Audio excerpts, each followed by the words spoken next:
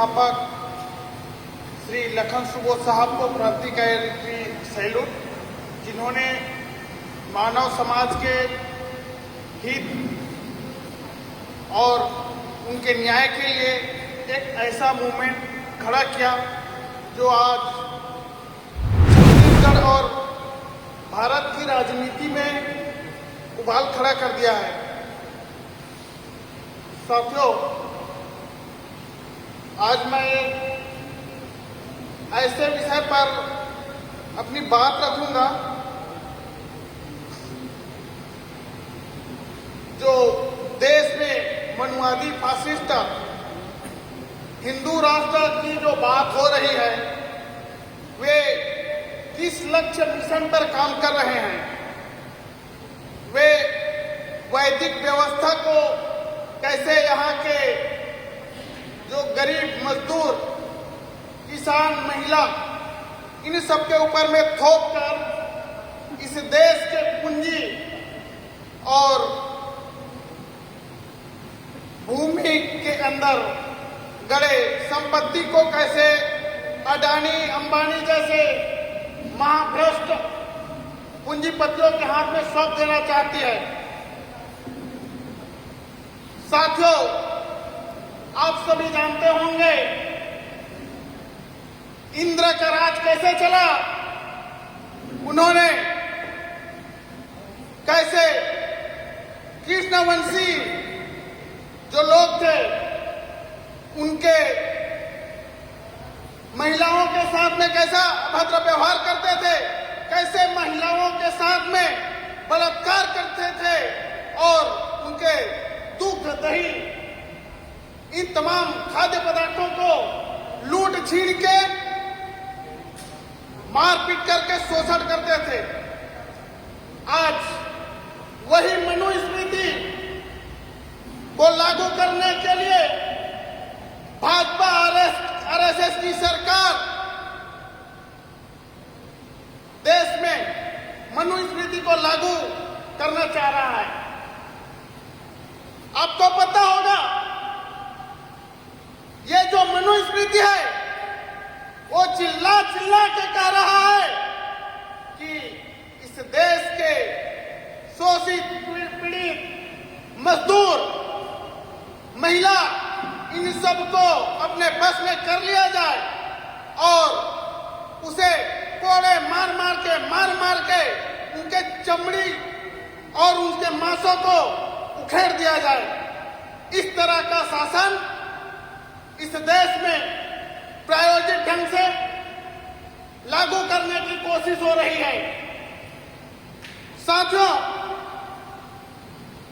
कैसे इस देश के आम जनता जो हिंदू नहीं है, जो सतनाम धर्म को मानने वाले लोग हैं, जो कृष्ण धर्म को मानने वाले लोग हैं, जो कुर्म धर्म को मानने वाले लोग हैं, जो बौद्ध धर्म को मानने वाले लोग हैं, इन सारे लोगों को हिंदू बोल बोल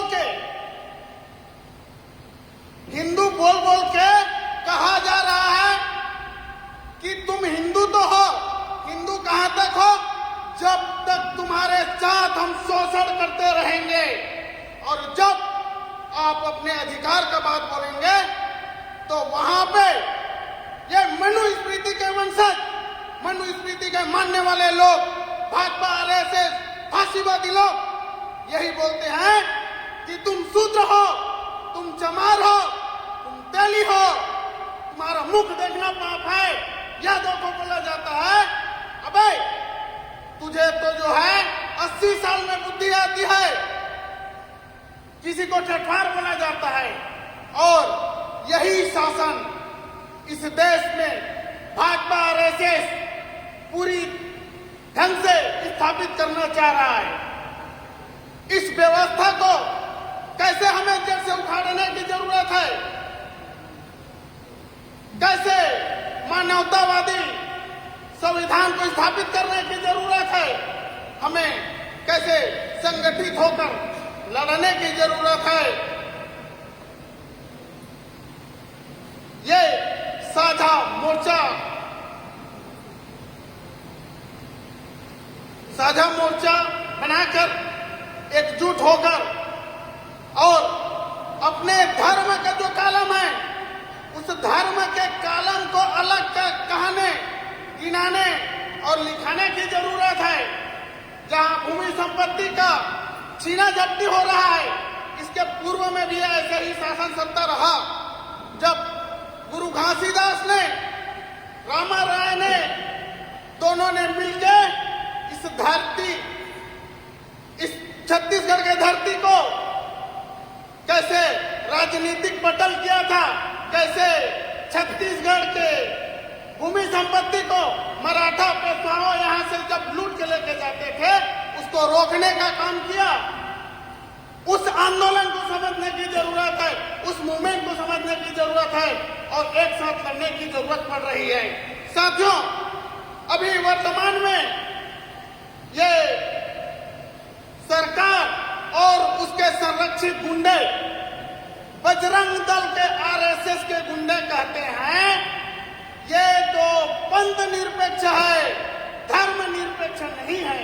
वो इसलिए ऐसा कहते हैं क्योंकि अगर वो सबको हिंदू नहीं बोलेंगे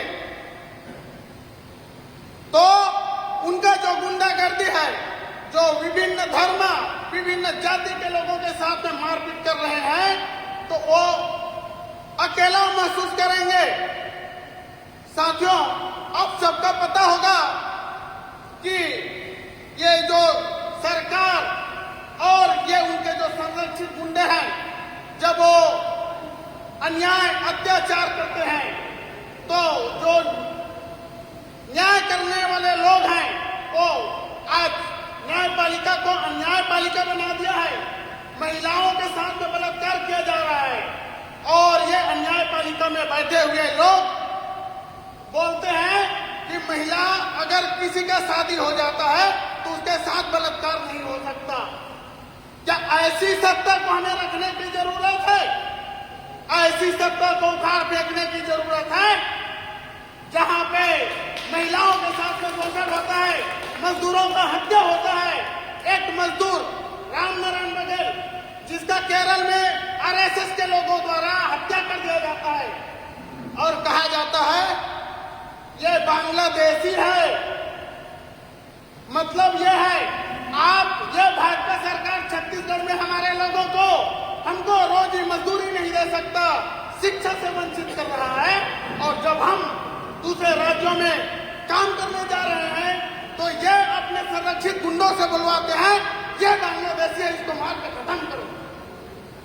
ऐसी व्यवस्था को समूल नष्ट करना पड़ेगा। साथियों, यही अभी वर्तमान में देखे होंगे जगह जगह में कितना विरोध किया जा रहा है। यूजीसी बिल अभी सरकार लेके आया है, सरकार नहीं लेके आया है। दरअसल ये बिल रोहित वेमुला का जो हत्या हुआ था, जातिवादी गुंडों ने जो हत्या किया था, उस पर यह बिल आया था। उसमें ईएसडब्ल्यू कोटा को घुसा दिया है। ईएसडब्ल्यू और यूजीसी दोनों अलग अलग चीजें हैं। साथियों, आपको पता होगा ईएसडब्ल्यू कानून लाया गया था और यूजीसी यूनिवर्सिटी ग्रांट कमीशन जो है, ये एससी एसटी के जो बच्चे थे जिनको पहले से मिलता था, अभी वर्तमान में ओबीसी को भी शामिल किया गया है। उसके लिए इसको लाया गया था क्योंकि पहले एससी एसटी के साथ में जातिवादी तो होता था, लेकिन अब ओबीसी के साथ में तमाम तरह का अत्याचार होता है। जैसे आप साध्वी, जो छत्तीसगढ़ की साध्वी साहू थी, उनके ऊपर ये तथाकथित जो ब्राह्मण है, जो अपने आप को श्रेष्ठ समझते हैं और बोलते हैं कि हम इस धरती में सबसे ऊपर हैं, ऐसे लोगों द्वारा उनको तमाम तरह से गाली दिया गया और उनके साथ में बलात्कार करने का भी कोशिश किया। ऐसा उन्होंने धमकी दिया कि अगर तुमने इस गद्दी व्यासपीठ में अगर चढ़ोगी तो तुम्हारे साथ ऐसा ऐसा कर देंगे, जिस चीजों को मैं नहीं बोल पा रहा हूं यहाँ पे। तो इस तरह का जो हिंदू राष्ट्र है, इस तरह का जो जातिवादी है, उसके खिलाफ में यूजीसी बिल लाया गया था, जिसका आरएसएस, बजरंग दल, हिंदू वाहिनी जैसे भाजपा आरएसएस के संरक्षित गुंडों द्वारा विरोध किया जा रहा है। और यह बोला जा रहा है अगर कोई आदमी उसके समर्थन में आएगा तो उसको दिन दहाड़े मार देंगे। और वो इसलिए बोला जा रहा है क्योंकि सत्ता में वही लोग बैठे हैं, मोदी, अडानी, मोहन भागवत जैसे लोग बैठे हैं। प्रधानमंत्री नरेंद्र मोदी तो एक उनका पालतू आदमी है, पालतू। और ऐसे पालतुओं को हमें रखने की जरूरत नहीं।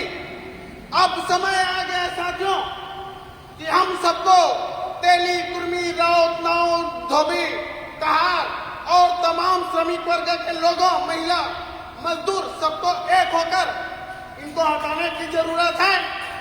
और इसको छत्तीसगढ़ नहीं, पूरे भारत से खदेड़ के उनके उन जगहों पे रखने की जरूरत है जिस जगह से, जिस जमीन से ये लोग निकले थे। धन्यवाद।